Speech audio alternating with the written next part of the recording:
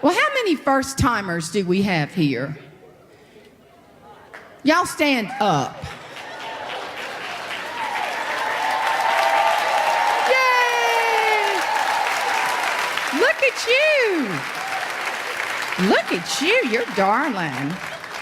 Now, y'all still keep standing.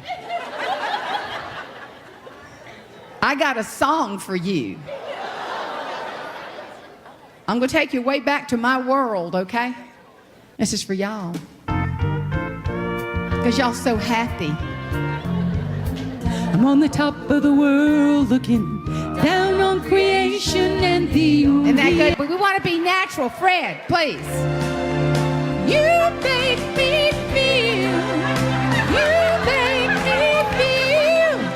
You make me feel like a natural woman. You're a good man. You're a good man. All right, y'all. This is what it's going to be like when you get back to school. Sometimes you're the windshield, sometimes you're the bug. Sometimes you're going to lose it all. Have you ever wanted to walk into Walmart and just slap the greeter? So what I'm trying to tell y'all is simple. People are going to throw tomatoes at your field of dreams. Did you know that? I don't care how old you are. But I'm going to tell you why. Because you are here to grow professionally, right? You might start doing things different, outstanding. You might be honored, rewarded, and you might get people to start throwing those tomatoes. And you know the people that throw them, you know who they are?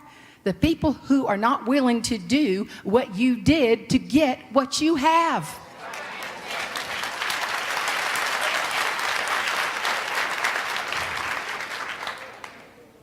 We see, my daddy was a tomato farmer. He was 10th grade educated, but he was a smart guy. I was proud of my daddy.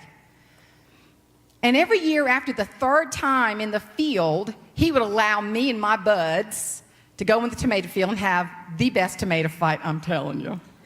I mean, we were covered. And I'll never forget my friend Douglas. He was always the prankster. He found a green, hard tomato, immature like he was. Slung that thing at me, hit me in the back. Whoa. But that was my first real clue that people are going to throw tomatoes. Okay? Now, what do? This is what you do. You learn to make ketchup. Or you know what else you can do? Instead of ketchup, you can have some humor and throw in some salsa. Make salsa. And y'all, there are times when you just need a good old Bloody Mary. But you know, I vowed and declared that I would never do that kind of work. I saw my daddy drag himself in from that tomato field, and it was tough. And I said something dumb. I said, I'll never do that. And I ended up creating the neatest business, helping my daddy help me, because I saw how hard he worked. It was the best, worst job I ever had. Do y'all know what I'm talking about? It's stuff that you learn. I learned about customer service. I learned about rejection. I learned about time management. I learned about energy management. I learned about people. I learned to give people what they really want, help your customers be happy, have a great environment to work in. I learned so much of that from that hot tomato field. Nicky Larmer, he's in our Sunday school class, and he told a story I will never forget. He said he went to boot camp. He was scared to death. He just knew he was going to fail. And he just got on his knees. He was so young, and said, oh, God, please help me. I need a sign. I need a message. And he opened dog tags, and there was a message from God, he thought. It simply said, be positive.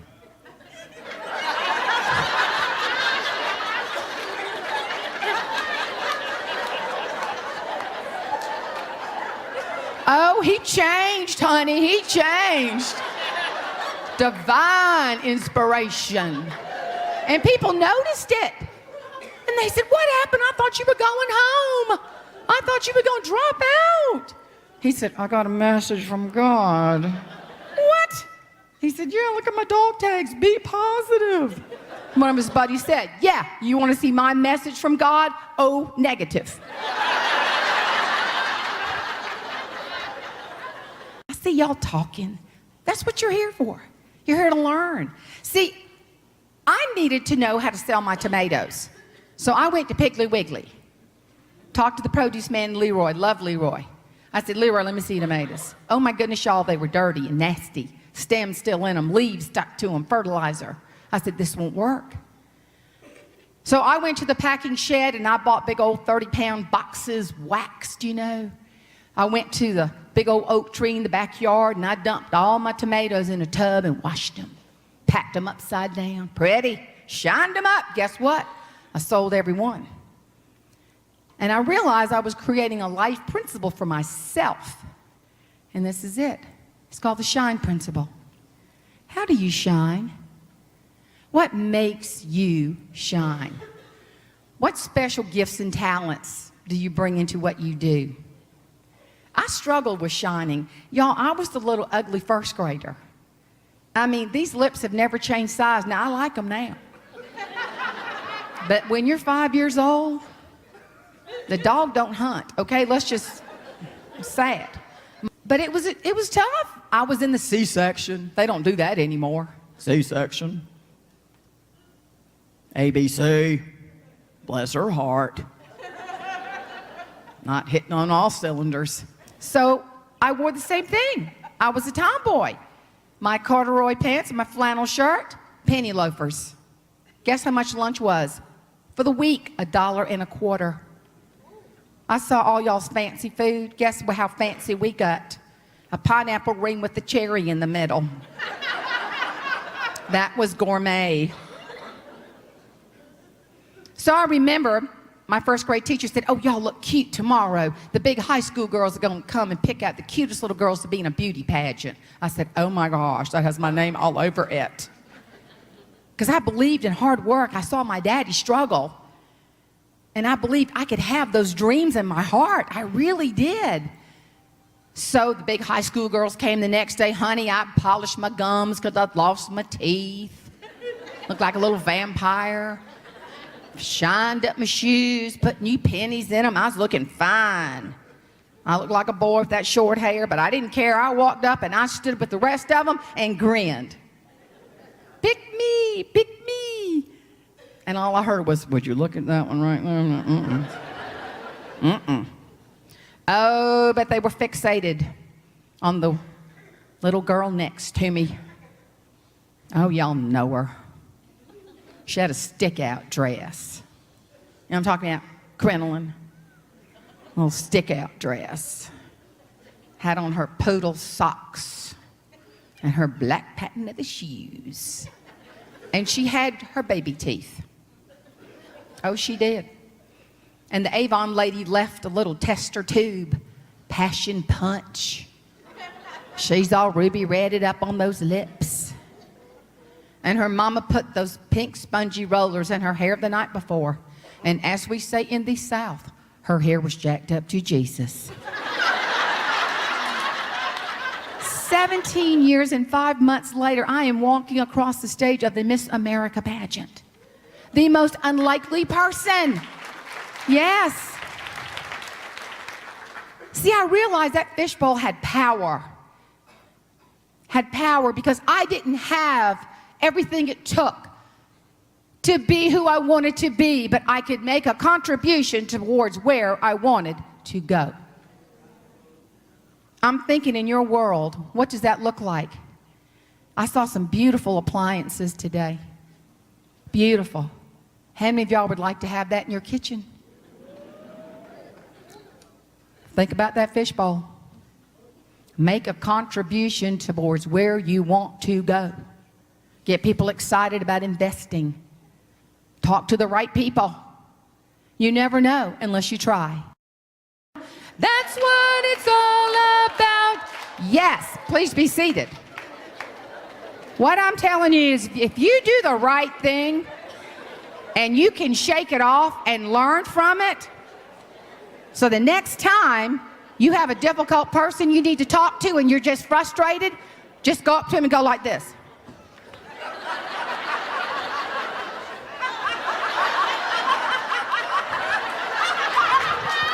And just walk off. Just walk off. Yeah, that's what you do. Every day. And then they'll get it. Because you're going to do the right thing, you're going to shake it off, and you're going to learn a lesson and turn it around, and that is the Cole principle right there. It's very true. What I'm talking about is I saw my daddy, when times got really tough, he had the wisdom to know when to plow through or when to plow up. Sometimes you got to start over. And you have to have the confidence to do that. You have to have the wisdom to do that. Plow through, plow up. Let me tell you something. Those of you who I've met, what impresses me about you all the most, y'all are just who God made you to be. That's why I love any school nutrition association groups when I speak across the country, because y'all the most genuine, hardworking people. It's just the best group.